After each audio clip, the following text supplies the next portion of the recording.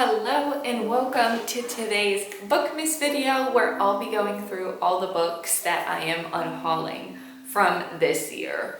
Regardless of whether I read them or not, obviously I'll give you a bit of a reason why I am getting rid of it, and hopefully you'll see some snippets of me putting them in little libraries around my neighborhood. Most of the books that I own are actually from little libraries themselves, so anytime I'm on a walk I always like to scope it out, see what's in there, and then kind of pick them up along the way. Throughout 2025, I've done a lot of challenges of either a TBR prompt jar or a wheel, forcing me to pick from my physical TBR. And throughout the year, as I've read some of these books and realized I maybe don't want to keep them, I've stashed them away for the purpose of this video to kind of clear everything out. So I've got quite a big stack here, so let's go through each of them. The first one that I have here is Middlemarch by George Eliot, and you may be thinking, wow, you read that? I didn't know you delved into this classic. And I did not. I am fully unhauling this without reading it. I think I've realized that with just these English, I just can't be bothered. I honestly can't be bothered. I think this will be so boring.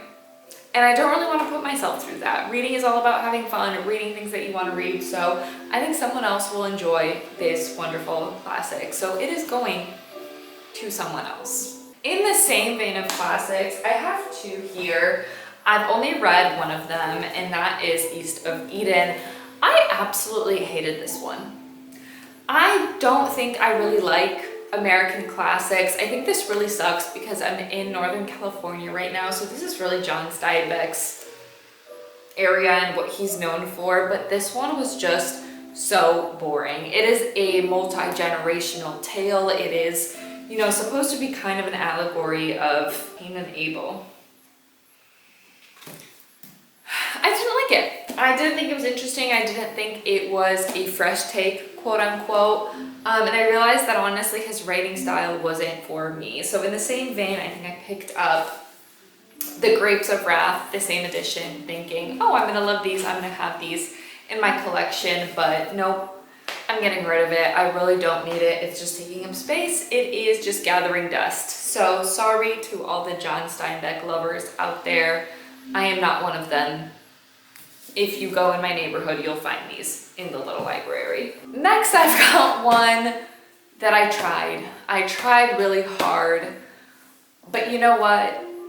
I held myself to what I said I would do, which is if I didn't finish this monstrosity, I was going to give it away. And it pains me because I think out of all of these, this might be the only one that I actually spent money on, and I'm getting rid of it. I just can't do it. I think I've tried like 3 or 4 times to read through this. I haven't made it past 200 pages. And this is like 700 or 800, and I just can't make any more excuses. I can't keep trying to read this anymore. So House of Leaves is finally going away. This is a horror novel. I love horror novels. I love house horror. This is just not it. The media, the narrators are just not fun for me. So while I think it's a really cool book and I would love to keep it on my bookshelves, it's just not worth the space. I'm trying to minimize the amount of books that I have, so it's really the ones that I know and love, and this is not it. So goodbye. Finally, good riddance, House of Leaves. It's been a pleasure, but not really. Next, I've got The Truth About the Harry Colbert Affair by Joel Dicker. Why did I think his last name was Decker? I'm pretty sure I've been saying Decker this whole time. But anyway, this is about a murder or a disappearance that happens in 1975, and then 33 years later, our main character, Marcus, goes to visit his kind of idol and role model, Harry Colbert, and he was kind of involved in the original disappearance in 1975. This was so boring. I DNF'd it. I could not get through it. I genuinely don't know how far I got, but I even had the audiobook, and that did not help. So, although I really loved the Enigma of Room 622, and that is still staying on my bookshelves, I bought it while I was in Switzerland. I love that book. That one rightful place. This one does not. I got it for free at a library, and then they have a sticker at the back that this is a gift, so the library could not sell it, like even though they had a book sale. So I got it for free. So you know what? I'm gifting it back to the library for free. The next one I have is Cloud Atlas. I tried reading this. I think for a challenge I picked this up. I think one of my TBR prompt jars forced me to. I think I liked the cover of it, or I don't know what it was. But this is kind of a science fiction set throughout multiple different stories and characters, and kind of everything ties together. And I realize I really don't like those kind of stories. I think the beginning of it, it's set in, does it say what year? It doesn't say what year, but just the language of the first narrator and what was going on, I could not be bothered. And then I read a couple of reviews and people really did not like it. Some did, some loved it, some that didn't like it. I was like, yeah, I can see their point. And I'd probably agree with that opinion. So better to save myself the time and not really delve into this one. So Cloud Atlas is going away unread. Related to Cloud Atlas, which is what I'm going to talk about, is Sea of Tranquility. This is a very similar story. So you've got multiple narrators throughout different points in time, and it's a story that kind of all ties together at the end. And my issue with this one was that it was so overly explained. Like, I could kind of connect the dots as it was going along, and then I hated that like half of the book was then like an over explanation of what I actually deduced already. So again, I just feel like this is not a genre in storytelling that I really like. I also realized I don't really like Emily St. John Mandel's writing. I've read another book by her, I think it was Station 11. It was fine, it wasn't my favorite, but I should have taken the hint. And again, this is just not for me, so I feel really bad. This one was a gift, but it will be regifted. Sorry, and thank you. Next, I've got In 5 Years by Rebecca Searle. I don't really remember the story. Let me see what it's about. Danny lives with her best friend. She accepts her boyfriend's marriage proposal, and she wakes up in a different apartment with a different ring and a different man. So it's kind of this like magical storytelling of what could have been had she gone down a different path in life. It was fine. I actually think I really didn't like it. I don't think I liked the story. I don't think I like the writing. I don't think I like the characters. I do sometimes like this concept of like what if, and I've read different books I think like that where I do like it. This one just wasn't for me. I picked it up again on a whim from a little library, so I think it's only fair that it goes back there. So yeah, within 5 years. I saw this author came out with something else. I'm definitely not reading it. I've got a nonfiction here called Bullshit Jobs. This one, again, I tried to pick up a couple times. It's basically the author's kind of view of what people are doing and kind of the jobs that could potentially, I think, be technology could take over. Concept, interesting. In execution, boring. Again, I tried to read it, just not a topic I'm interested in. I think I picked it up like a thrift store or something like that. So it was only a couple cents, if not like $1, but I really can't speak about this one, The Mother Earth Effect. I'm pretty sure my best friend left this one for me when she moved. I think she also picked it up from a little library. I cannot tell you what it is. She said this is just mostly testimonials of this product that these people were selling. So kind of some fake stuff. Fake stuff here, but it says never for sale, bring it back to the library. So honestly, I can't speak much about it.